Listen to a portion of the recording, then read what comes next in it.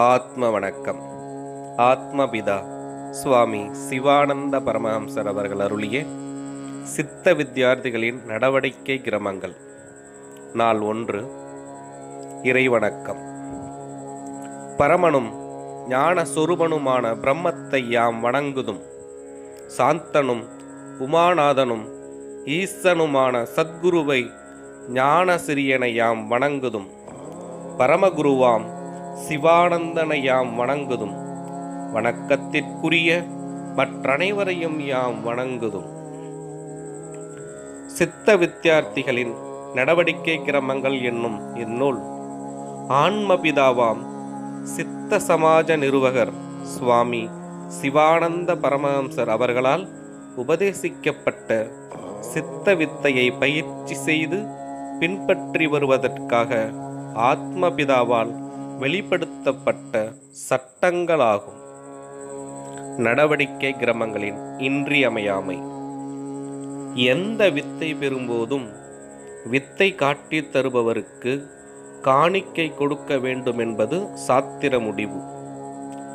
ஜீவரட்சைக்கான சித்த வித்தை பெறும் பொழுது நடவடிக்கை கிரமங்கள் 2, 3 வகுப்புகளில் குறிப்பிட்டுள்ள ஜீவ நாசம் செய்யும் 10, 11 பொருள்களை காணிக்கையாக கொடுக்க வேண்டியது மட்டுமன்றி அவற்றை பின்னர் ஒருபோதும் பயன்படுத்தவும் கூடாது. நடவடிக்கை கிரமங்கள் அருளி செய்த ஆத்மபிதா ஜெகத்ஜோதி அவர்கள் மேற்சொன்ன காணிக்கை பொருள்களை வன்மரங்களோடு ஒப்பிடவும் அவை விபச்சாரத்தை விட ஆபத்தானவை என விளக்கவும் செய்தனர். ஆனால் விபச்சாரத்தை புல்லுடன் ஒப்பிட்டனர். அதாவது, ஒரு குளம் தோண்டும் பொழுது முதற்கண் வெட்டி நீக்குவது அங்கிருக்கும் வன்மரங்களையே அன்றி புட்களை அல்ல. நேர்மாறாக முதற்கண் புட்களை வெட்டி மாற்றி குளம் தோண்டினால் அங்குள்ள பெரிய மரங்கள் மேலே விழுந்து குளம் தோண்டுபவர்களுக்கு உயிர் சேதம் வரை உண்டாகும். குளம் தோண்டும் போது மண்ணோடு புல்லும் போகும்.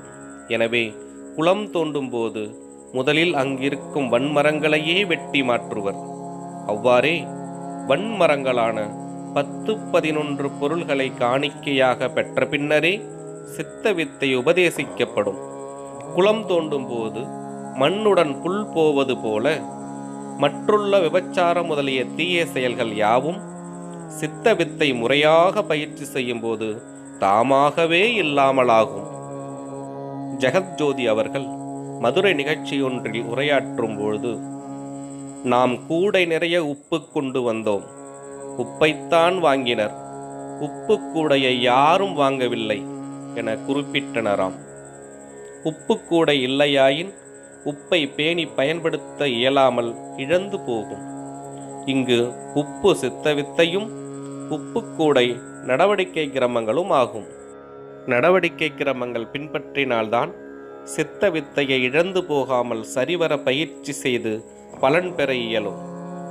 மூட நம்பிக்கைகள் மற்றும் மூட பழக்க வழக்கங்களை விட்டு யதார்த்த ஈஸ்வர சேவையாம் சித்த வித்தை பயிற்சி செய்து தாமும் தரணியும் நலமும் அமைதியும் அடைந்து ஏகோதர சகோதரர்களாக ஒருதாய் மக்களாக இன்புற்று இனிது வாழ கடைபிடிக்க வேண்டிய அனைத்து நெறிமுறைகளும் இதில் கற்பிக்கப்பட்டுள்ளன என்பது இந்நூல் பெருமையாம்.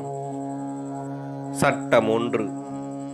சித்த வித்தியார்த்திகள் யாதொரு ஜாதி மத வேறுபாடுகளோ ஸ்தானமானங்களோ ஆலோசிக்காமல் அவையெல்லாம் விட்டு ஏகோதர சகோதரத்துவத்தில் சர்வ ஜனங்களுடனும் ஐக்கியமாய் நடக்க வேண்டியதாகும்.